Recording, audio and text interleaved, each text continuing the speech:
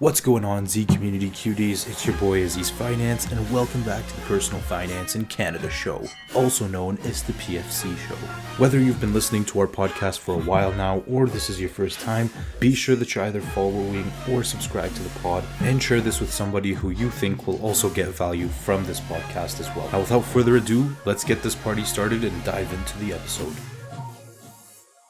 By listening to the PFC show, the Personal Finance in Canada show with Azizz Finance, you acknowledge and agree that me, Azizz Finance, assume no responsibility for any financial decision or decisions that you make, as it is ultimately your finances and you are the only controller of your own decisions. I am a random person on the internet and not a financial professional, so please consult with one being a financial professional before making any financial-based decision, because anything that you hear on this podcast, overall, each and every single episode, is just a sharing of my experience and are not suggestions whatsoever, regardless of the types of language or words that I use within these episodes. Again, by listening to this podcast, you acknowledge that I assume no responsibility for any decisions that you make regarding your finances. Now, if you tuned in to last week's episode, we were basically touching up upon how to protect your investments from inflation. We did a very brief description on what inflation was, although this episode's main focus is going to be everything inflation, doing a deep dive so that you know exactly what this is and how to mentally prepare yourself for it, or even protect yourself not only for your investments, but overall. Now, depending on how old you are, you'll remember that buying a bag of chips a few years back only costed you like 50 cents or $1 back in the day, but now you go to the store and you gotta dish out $2 or $3. Now, this is a perfect example of inflation coming into play. Now, inflation, again, is a fancy lingo for the phenomenon of a specific currency decreasing in value. In other words, $1 today is not worth $1 tomorrow. If we look at the Canadian dollar over the past 10 years, for example, $1 10 years ago is now only worth 84 cents today. This is because of inflation of around 16% over the past 10 years. A simple example, and obviously there are a few factors that play into this as well, but a medium double-double at Tim Hortons 10 years ago would have been like $1.50, but now is nearing more the $2 price tag. So long story short, this inflation increases the prices of everything across the board, which is why you pay more for haircuts, groceries, fast food, you name it. Inflation is the main reason. Now, what causes inflation is pretty simple, and it comes down to one central theme: supply and demand. A quick lesson on supply and demand: there's an inverse relationship with the two. More supply equals lower demand equals lower value, whereas low supply equals high demand equals higher value. Alright, so I don't know if you've heard, but we're on Instagram. We're posting things on a daily basis. So if you're finding value from this episode and you want to learn more about different topics within the financial world, be sure that you follow us, azizz.finance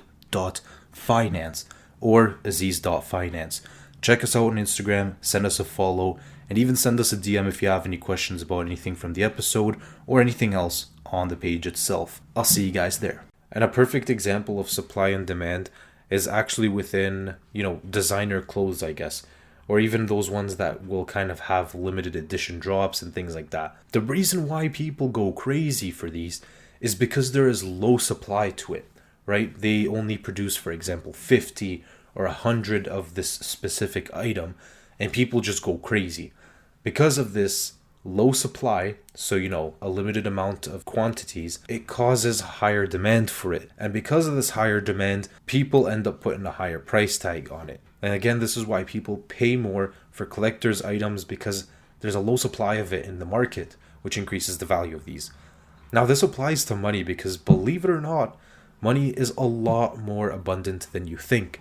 Because, newsflash, the Federal Reserve or Bank of Canada literally print out money on a daily basis. Although the more money that these guys print, the more of a supply that there is. And as we just discussed, this will decrease the demand of the money, which leads to a lower value. Now, there isn't really a way to stop inflation or even to cause the opposite, which is also known as deflation. And this is because our entire world is just run on debt. This is what actually fuels the inflation cycle further. But what can be done is actually controlling inflation. Obviously, this is not really within our hands and is more within the Bank of Canada or the Federal Reserve to control it, which is why we have a lower than average inflation than other countries. And a perfect example of this, as you've probably heard of before, is Zimbabwe, which is a country located within Southeast Africa. And this country has faced inflation, but on steroids, also known as hyperinflation. Now, their situation is pretty extreme, but it showcases how important it is to learn about inflation. Now, let this sink in. Between 2017 to August 2018, their monthly inflation rate was at a flat rate of, let's just say, around 50%. And that's already pretty extreme. But take this in. After this month, there were multiple economic disasters that caused its government to take out hefty loans. And this was in the intention to increase money supply so that, their people didn't get screwed over, basically. Bad thing is, this huge increase in money supply, as we just discussed before, heavily devalued their currency. And just within 1 year, from August 2018 to 2019, these guys faced the heaviest inflation rates that were in the triple digits, more than any country has ever seen in history. What this led to is now the entire country carries Zimbabwean dollar bills that start from 1 billion Zimbabwean dollars to $100 trillion.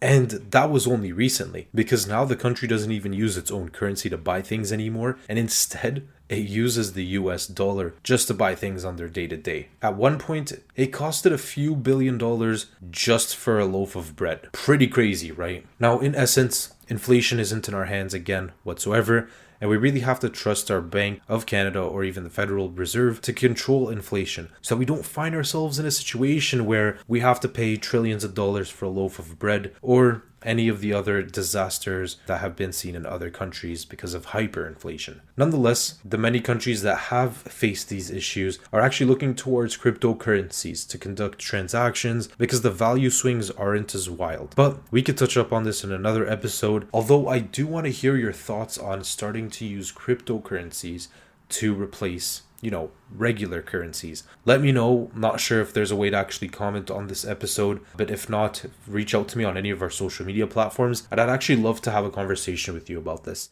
Alright, ZCommunity, that's pretty much it for today's episode. Now again, if you did find value from this, be sure that you're either following or subscribed to the podcast so that you're up to date with new episodes that are going to come your way.